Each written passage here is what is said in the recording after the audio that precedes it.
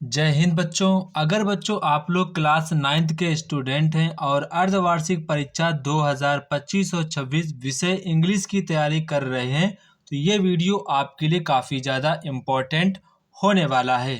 बच्चों आज हम लोग लेटेस्ट पैटर्न पर आधारित एक इम्पोर्टेंट और न्यू क्वेश्चन पेपर इंग्लिश का लाए हैं जो कि आपके हाफ ईयरली एग्ज़ाम में पूछा जाएगा। बच्चों ये क्वेश्चन पेपर आपके एग्ज़ाम के पॉइंट ऑफ व्यू से काफ़ी ज़्यादा इम्पोर्टेंट है। इसमें आपसे सभी के सभी इम्पोर्टेंट क्वेश्चन ही पूछे जाएंगे।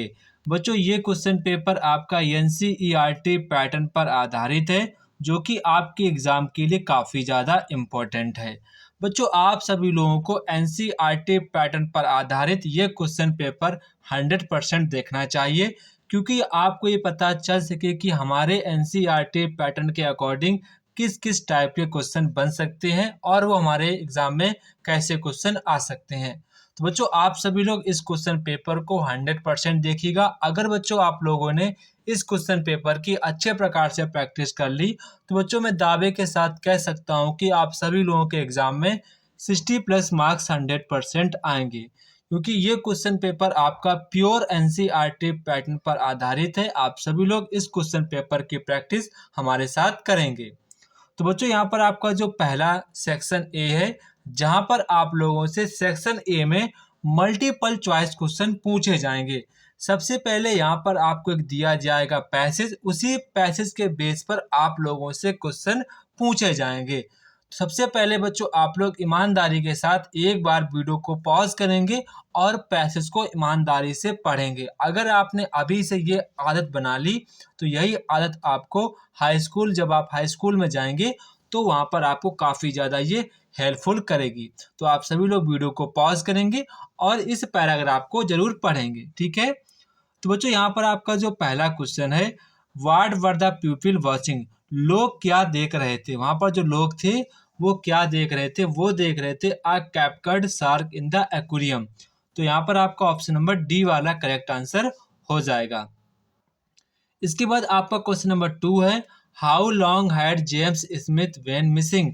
जेम्स स्मिथ कब से मिसिंग थे, वो लगभग में यहाँ पर 3 वीक से यहाँ पर मिसिंग थे।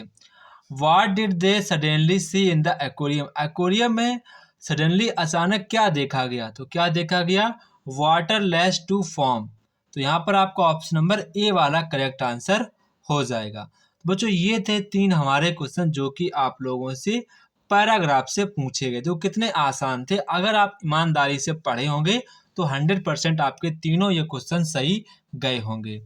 इसके बाद आपका यहाँ पर वोकेबलरी से कहाँ पर क्वेश्चन पूछे गए हैं। यहाँ पर आपसे कह रहे हैं कि ही इज राइटिंग, तो he is writing a novel, क्या हो जाएगा यहाँ पर आपका आ नोबल करेक्ट आंसर हो जाएगा। दिल्ली इज द, तो यहाँ पर आपको भरना होगा the, Delhi is the capital of India. इसके बाद यहाँ पर आपका जो नेक्स्ट क्वेश्चन है, रीअरेंजमेंट यहाँ पर आपको करना है।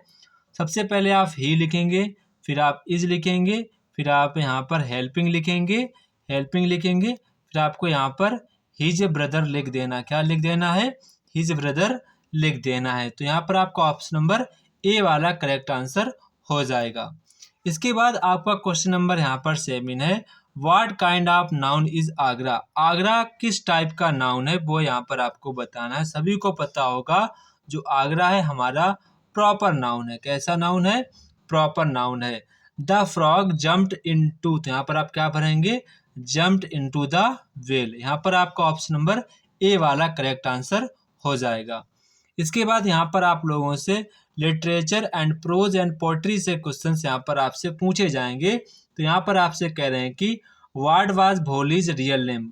तो भोली का रियल नेम क्या था, सभी को पता है, सुलेखा। क्या नाम था उसका, सुलेखा था। व्हाट वाज भोलीज फादर, भोली के पिता कौन थे, तो वो थे रामलाल। कौन थे, Ramlal. In the Kezia fair that, अंत में केजिया को कैसा महसूस हुआ, तो उसको कैसा महसूस हुआ, her father had a big heart, उसके जो पिता हैं उसके लिए बड़े हृदय वाले हैं। इसके बाद आपका क्वेश्चन नंबर 12 है, which is India's highest civilian award.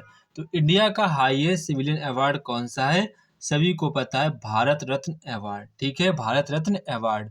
इसके बाद आपका क्वेश्चन नंबर 13 है, वेयर वाज मार्गी स्कूल लोकेटेड, तो मार्गी का जो स्कूल है कहाँ पर स्थित था, तो कहाँ पर था, in a room in her house with a computer. तो यहाँ पर आपको ऑप्शन नंबर बी वाला करेक्ट आंसर हो जाएगा। Who is the poet of the India, who is the poet of poem wind, तो वाइंड के लेखक कौन है वो यहाँ पर आपको बताना है। तो इसके जो हमारे लेखक हैं सुब्रमण्या भारती, तो यहाँ पर आपको ऑप्शन नंबर ए वाला करेक्ट आंसर हो जाएगा। इसके बाद आपका क्वेश्चन नंबर यहाँ पर 15 है। What is the title of the poem with the lines wind come softly, तो इसका टाइटल क्या है, इसका टाइटल आपका है वाइंड, क्या है, वाइंड यहाँ पर आपका टाइटल हो जाएगा। Where did Tommy find the book, Tommy ने अपनी बुक कहाँ पर पाई थी, अपने घर में, हिज हाउस में।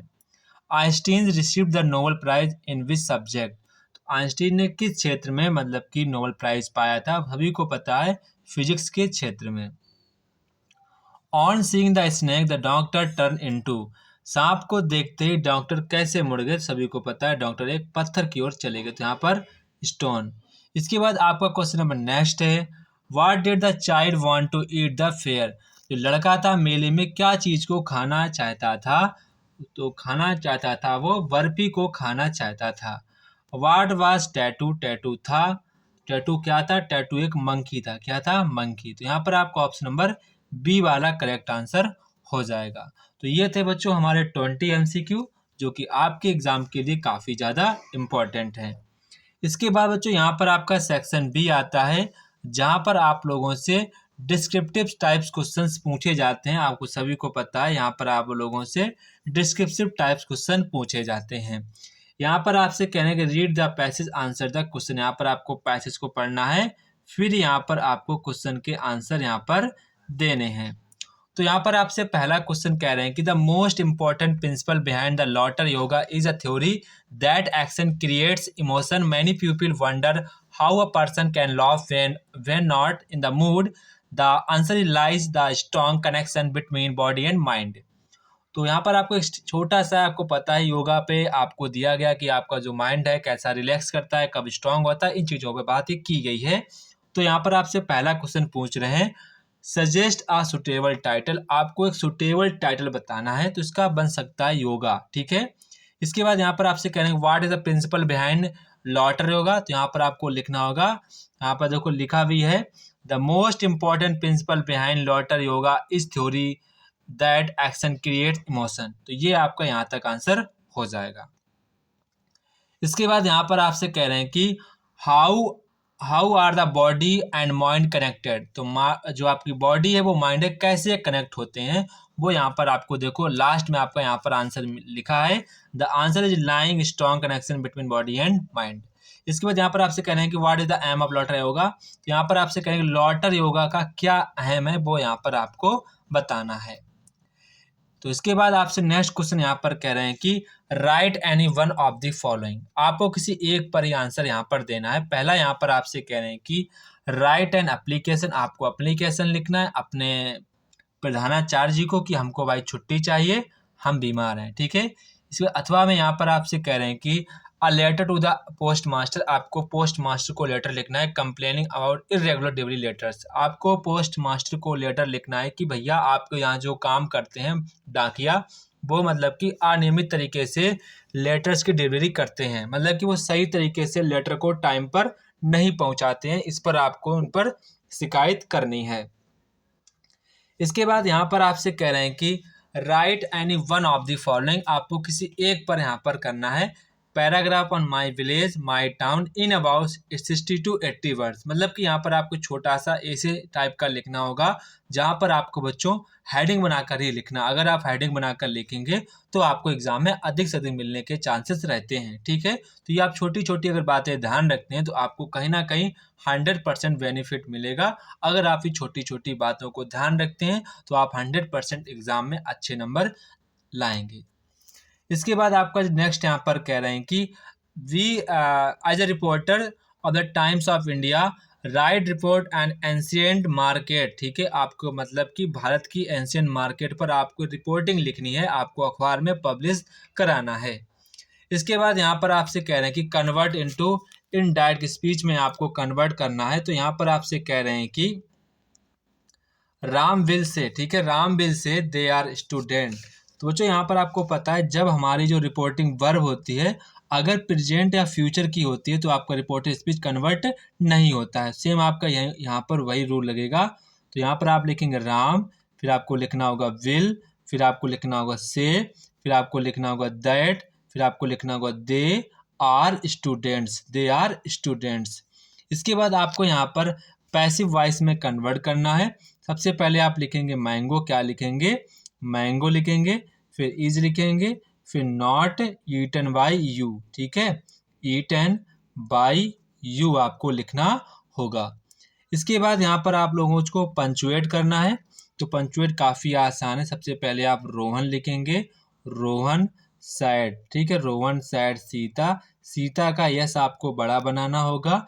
इसके बाद आपको कॉमा लगाना होगा, फिर आपको इन्वर्टेड कॉमा लगाना होगा, ठीक है, यहाँ पर शायद सर, ठीक है, कॉमा इन्वर्टेड कॉमा लगाना, फिर आपको वाट का डब्लू बड़ा बनाना है, what is your name, name के बाद क्वेश्चन मार्क, इसके बाद आपको इन्वर्टेड कॉमा बंद कर देना है।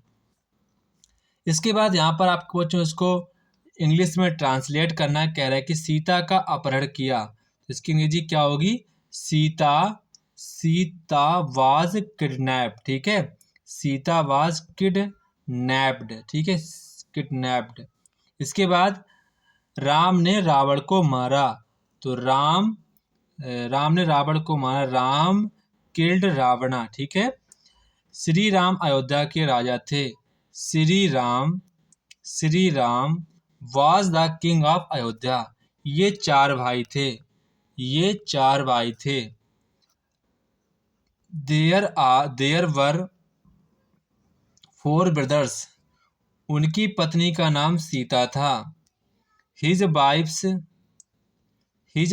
नेम वाज सीता, रावण ने सीता का अपहरण किया, रावणा किडनैप सीता, राम ने रावण को मारा, राम किड रावणा। तो ये आपकी स्टोरी यहाँ पर हो जाएगी। इसके बाद यहाँ पर आपसे क्वेश्चन नंबर 25 कह रहे हैं कि answer any 2 of the following in about 30 to 40 words, ठीक है, यहाँ पर आपको किन्हीं 2 प्रश्नों के उत्तर देने हैं। यहाँ पर आपसे कह रहे हैं कि why did Aurangzeb when the flaying of Pangi, तो औरंगजेब ने पंगी को क्यों यहाँ पर बैन कर दिया था वो यहाँ पर आपको बताना है। Who was the members of Kezia family, Kezia के फैमिली मेंबर्स में कौन कौन था वो यहाँ पर आपको बताना है। इसके बाद कह रहे हैं कि who asked Kalam to sit the back bench and why, ठीक है। इसके बाद आपको नेक्स्ट क्वेश्चन यहाँ पर आपसे कह रहे हैं कि answer any one of the following, यहाँ पर आपको किसी एक पर आंसर लिखना है। यहाँ पर कह रहे हैं how Margie's school different from the present day school, जो मार्गी का स्कूल था वो आज के स्कूलों से कैसे डिफरेंट था वो यहाँ पर आपको बताना है। इसके बाद यहाँ पर आपसे कह रहे हैं कि हाउ डज 11 हियर म्यूजिक, जो 11 था वो म्यूजिक को कैसे सुनता था वो यहाँ पर आपको बताना है। इसके बाद यहाँ पर आपसे कह रहे हैं कि right 4 lines poem any, right 4 lines any poem in the syllabus, do not copy from the paper. आपको एक पोएम लिखनी है 4 लाइन की और आपको ये पोएम अपने पेपर से कॉपी नहीं करनी है। इसके बाद यहाँ पर आपसे कह रहे हैं कि आपको लिखना है सेंट्रल आइडिया, तो यहाँ पर आप सेंट्रल आइडिया किसी एक टॉपिक पर यहाँ पर आप लिख सकते हैं, जो आपको आसान लगे वह यहाँ पर आपको करना है। इसके बाद यहाँ पर आपका नेक्स्ट क्वेश्चन है answer any one in about 30 to 40 words में यहाँ पर आपको आंसर देना है। यहाँ पर कह रहे हैं कि what did the child see on the way in the fair, लड़के ने मेले के रास्ते में क्या देखा था। Why did he lag behind, और वह पीछे क्यों देखने लगा था, मतलब पीछे वो बार बार क्यों देख रहा था, इसको आपको यहाँ पर आंसर देना है। How did Toto come in the grandmother private in zoo, तो टैटू जो था, टोटो था आपका जो, वो ग्रैंड मदर के प्राइवेट जू में कैसे आ गया था वो यहाँ पर आपको बताना है। आंसर एनी वन, आपको किसी एक पर आंसर यहाँ पर करना है। यहाँ पर आपसे कह रहे हैं कि when did the child realise that she is lost, मतलब कि जब वो खो गया था तो बच्चे को कैसे रियलाइज हुआ था वो यहाँ पर आपको बताना है। In the way was Iswaran and asset in Mahendra, ठीक है, तो ये आपका इंपॉर्टेंट क्वेश्चन लास्ट वाला काफी ज्यादा इंपॉर्टेंट है, इसको आपको ध्यान रखना है, ठीक है। तो बच्चों ये था हमारे क्लास 9 का इंग्लिश का एक इम्पॉर्टेंट क्वेश्चन पेपर, जो कि आपके एग्जाम के लिए काफ़ी ज़्यादा इम्पॉर्टेंट है। आप सभी लोग इस क्वेश्चन पेपर की अच्छे प्रकार से प्रैक्टिस करना है। अगला पेपर जो आपको किस सब्जेक्ट का चाहिए, आप लोग मुझे कमेंट बॉक्स में कमेंट करके बता सकते हैं। जय हिंद बच्चों, फिर मिलते अपने नेक्स्ट वीडियो पर।